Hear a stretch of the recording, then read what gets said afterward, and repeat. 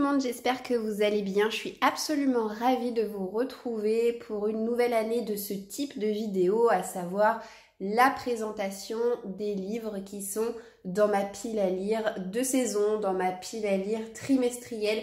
Là, je vais donc vous présenter tous les livres qui vont m'accompagner tout au long de cet hiver, à commencer par un livre qui vous parlera peut-être, qui vous dira peut-être quelque chose, parce qu'il s'agit d'une relique, alors pas une relique absolue de ma pile à lire, mais en tout cas une relique de ma précédente sélection de pile à lire, puisque je n'ai pas pris le temps cet automne de me plonger dans Les Somnambules de Chuck Wendig. Il faut dire que c'est un sacré beau bébé qui fait environ 1163 pages. Mais là, je vous montre ce livre en premier parce que c'est ma lecture en cours. J'en ai déjà lu 400 pages au moment où je vous tourne cette vidéo tout début janvier. Et je ne compte pas m'arrêter en si bon chemin. Vous retrouverez très bientôt mon avis en vidéo et également sur mon compte Instagram qui est Elisa Lecture. Il y a un autre livre que je n'ai pas pris le temps de lire alors que j'aurais dû le faire cet automne, c'est Un bûcher sous la neige de Suzanne Fletcher. Je comptais le lire en novembre et puis finalement j'ai lu d'autres choses. Je pense que j'ai été très gourmande et très optimiste en cette fin d'année dernière sur mes capacités de lecture. Ça ne m'était encore jamais arrivé de ne pas venir à bout de mes prévisions et de devoir mettre des livres que je n'ai pas eu le temps de lire dans une nouvelle pile à lire. Mais enfin, il y a un début à tout. Quoi qu'il en soit, c'est vraiment pas grave pour Un bûcher sous la neige parce que ça m'a permis de faire durer le plaisir qu'est l'attente, étant donné que c'est un livre qui me tente terriblement et puis cette ambiance hivernale est tout à fait propice à une lecture en ce début d'année. Vous le savez, je pense, je relis tous mes livres de Colleen Hoover. J'en ai relu un certain nombre en 2021. Bien entendu, je n'ai pas eu le temps de tous les relire. Qu'à cela ne tienne, je continue en 2022. C'est pour cela que, sans surprise, je lirai tout bientôt November 9, ou plutôt je relirai. À l'époque, ce livre m'avait valu un joli coup de cœur. Et je relirai également Ugly Love. Alors pour le coup, ça avait été à l'époque une lecture beaucoup plus mitigée. Mais j'en ai finalement peu de souvenirs et ça me fera du bien de me remémorer certaines choses. Côté manga, ce premier trimestre de l'année me permettra de faire la relecture des tomes 18, 19 et 20 de ma série très doudou, très cozy Fruits Basket. Je commence à en voir le bout. Impossible de ne pas vous montrer les grands gagnants de ma présélection de pile à lire participative hivernale. Donc vous avez massivement voté pour le bal des folles de Victoria Mass. Autre grand gagnant suite à vos votes, le prieuré de l'Oranger. Là aussi c'est une grosse brique un peu à l'image des Somnambules. Donc pour ne pas me décourager, je ne vais pas lire ce livre au mois de janvier mais plutôt en février. A également été choisi pour mon plus grand plaisir le tome 2 de la série Les 7 sœurs de Lucinda Riley. Autre livre à avoir été choisi dans cette présélection, c'est Meurtre et pépites de chocolat. Je suis vraiment contente de pouvoir commencer dans un proche tantôt cette série de Cozy Mystery qui a vraiment le vent en poupe. J'aime tellement les détectives du Yorkshire que j'espère que cette série sera vraiment au même niveau. Et finalement, le petit dernier à avoir été choisi par vos soins n'est autre que le tome 2 de la série Nevermore de Jessica Townsend. Je me languis de pouvoir retourner dans cet univers-là, vous n'auriez pas pu mieux choisir. En 2022, je vais évidemment continuer au même rythme qu'en 2021 à relire mes derniers tomes de la Communauté du Sud. C'est pour ça que là, je vous présente le tome 8. Déjà le tome 8.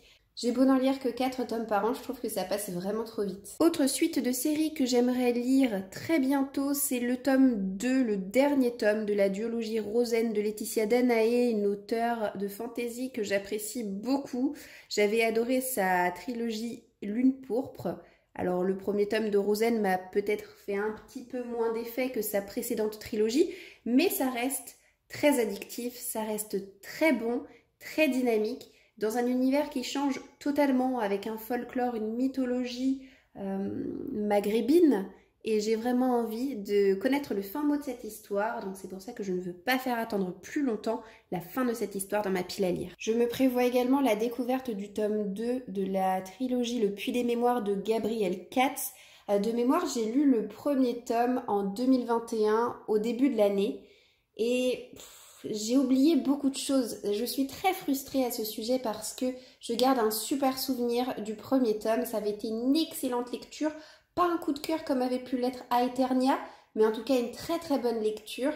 Et je suis vraiment fâchée d'avoir oublié pas mal de choses. C'est pour ça que je me dis que eh bien, il ne faut pas que j'attende plus longtemps pour lire la suite. Donc c'est pour ça que dans les prochaines semaines, je me plongerai à l'assaut du Fils de la Lune. Je vais en terminer avec les mangas qu'il faut que je vous présente dans cette vidéo. Là encore, les 3 derniers que je vous montre, eh bien c'est des suites de séries entamées, donc rien de bien neuf sous le soleil pour vous, parce que si vous me suivez régulièrement, eh bien vous savez quelles sont mes séries de mangas en cours. Je compte lire bientôt The Promised Neverland, le tome 5, L'Atelier des Sorciers, le tome 6 et Minuscule, le tome 4. Si vous avez bien tout suivi, vous devez savoir que je vais retourner au travail dès le mois de septembre, que dans mon boulot, il y a de l'anglais et que ça fait maintenant un bon moment que je n'ai pas pratiqué la langue de Shakespeare. Donc du coup, je vais m'y remettre et je vais lire au rythme d'un livre par trimestre un roman en anglais. Et j'ai donc choisi The Potion Diaries de Amy Alvard pour ce premier livre en anglais de l'année. C'est un livre qui, s'il vous intéresse, est sorti en français aux éditions PKJ il y a peut-être 4 ans en arrière, je dirais, et qui a plutôt bien fonctionné. Ça a l'air d'être léger, décalé. Alors oui, il y a une partie fantastique. C'est pas ce qui est le plus simple à lire quand on lit en anglais. Mais bon, c'est pas non plus de la fantaisie, c'est pas non plus un roman trop exigeant. Ce n'est pas un roman adulte, tout simplement. Donc ça devrait aller tout seul. Et j'ai vraiment hâte parce que je suis très curieuse et j'aime énormément cette couverture toute mignonne. Un autre livre que je devrais lire très rapidement, c'est le tome 2 de la série Le Journal de Gertie de Bertrand Santini. Alors j'ai découvert cet univers loufoque et décalé qui est écrit pour les enfants par l'auteur en lisant le premier tome l'année dernière et j'ai adoré. C'est écrit sous forme d'un journal intime écrit par une chienne qui passe ses vacances dans le sud de la France en compagnie de son maître et qui découvre la nature, qui a un ennemi juré en la personne de Monsieur Tête de Fesse, le chat des voisins. C'est absolument exceptionnel, c'est bourré d'humour. Et quoi de mieux que de lire ce tome 2 en plein hiver, vu la couverture de ce livre. Donc celui-ci, dans quelques jours, il sera passé à la casserole. Il y a des livres dans ma bibliothèque, il commence même à y en avoir un certain nombre, que je n'arrive pas à lire, que je me suis acheté depuis des années et qui ne me font plus aussi envie qu'avant. Et pourtant, je n'arrive pas à me résoudre à les revendre. Je me dis toujours, oui, eh bien, un jour ou l'autre, je finirai par les lire et à ce moment-là, je me déciderai à les garder ou pas. Et je me dis, il faut absolument, cette année, que je prenne le taureau par les cornes, même si je ne dois pas en lire beaucoup de ces livres qui sont concernés, qui sont pourtant, croyez-moi, très nombreux, sur le nombre de livres que j'ai dans mes bibliothèques. Et bien voilà, chaque trimestre, je lirai quelques-uns de ces livres. Donc sont concernés pour ce trimestre 2 livres, à commencer par Inhuman de Kate Falls. C'est un livre qui est sorti il y a très longtemps, au début de ma chaîne YouTube, au début de mon blog. Donc c'est-à-dire que c'est un livre qui doit avoir au moins 6 ou 7 ans peut-être. Et même si le sujet me tente toujours beaucoup aujourd'hui, je suis très freinée par le fait qu'il n'y ait pas eu, à ce que je sache, de suite. Et qu'il n'y a pas de réelle fin, voilà. J'en saurai plus en le lisant, en regardant un petit peu sur le net ce qu'il en est. Mais j'avais quand même envie de le lire, donc voilà, je me motive et ce livre, je le lirai tout bientôt. Et l'autre livre, c'est le premier tome de la série Larmes de cendre, écrit par Lydie Blaiseau aux éditions Le Chat Noir. Alors de cette maison d'édition, je possède plusieurs livres et franchement sur le nombre qu'il me reste à lire, eh bien la plupart, je n'ai plus très envie de les lire aujourd'hui, c'est vraiment triste. Alors pourquoi est-ce que je n'ai plus trop envie de ce livre ? Tout simplement parce que les retours ont été assez moyens. C'est de l'urban fantasy, c'est pourtant un genre littéraire que j'aime beaucoup, mais c'est vrai que je ne suis plus autant emballée qu'au début. Je le lirai quand même parce que la couverture est très belle, parce que j'ai une copine qui m'a parlé de cette lecture et que j'ai quand même envie de voir de quoi il retourne. Mais très honnêtement, je m'attends pas à grand chose. Peut-être que comme ça je ne serai pas trop déçue, je ne sais pas. Mais ça fait typiquement partie de ces livres que je vais lire, mais sans enthousiasme débordant. Peut-être qu'à ma place, vous l'auriez donné ou revendu depuis belle lurette. Mais moi, autant pour certains titres, je n'ai aucun scrupule à m'en débarrasser. Autant pour tous les romans que je n'ai pas encore lus, j'ai beaucoup de mal. Je crois que ça m'est jamais arrivé, peut-être 1 ou 2 fois tout cassé, de revendre un livre que je n'ai pas lu. Je ne sais pas pourquoi, mais j'ai vraiment beaucoup de mal à ça. En revanche, les 2 livres suivants ont 3 points communs. C'est-à-dire que tous les 2 me font extrêmement envie. Tous les 2 sont des suites de séries et tous les 2 ont des couvertures vertes. Je commence par vous parler du tome 3 du Club de l'Ours Polaire, sorti chez Gallimard. Vous savez à quel point j'aime profondément les tomes de cette série. Ça me fait vraiment le même effet qu'en lisant Harry Potter pour la première fois. C'est un régal pour les enfants. Si vous avez des enfants, mais offrez-leur, offrez ce livre autour de vous. C'est vraiment un bonbon ce livre, c'est un régal. Et cerise sur le gâteau, je croyais qu'il ne s'agissait que d'une trilogie et en réalité un tome 4 est sorti en anglais en 2021. Donc joie, bonheur, allégresse et pépites de chocolat, tout ça réuni. Je lirai très vite Le Club de l'Ours Polaire, donc l'Atlas Fantôme, avec un grand plaisir. Le petit copain qui a aussi une couverture verte mais qui pour le coup n'a pas grand chose à voir en fonction du genre littéraire puisque là on est dans de la fantaisie et dans un monument, c'est L'Assassin Royal, le tome 4 de Robin Hobb. Je vais donc commencer bientôt la lecture d'une nouvelle époque puisque ce livre fonctionne par cycle, par trilogie et là j'entame une nouvelle trilogie avec Le Poison de la Vengeance. Je suis très pressée. Sur les 3 premiers tomes, les 2 premiers m'ont valu un coup de cœur. J'ai hâte de savoir ce que me réservera ce tome 4. Je veux en savoir plus, je veux replonger dans cet univers. C'est une série dont je lis pas des tomes tous les mois, mais j'essaie quand même d'être très régulière dans ma lecture, histoire de ne pas perdre le fil.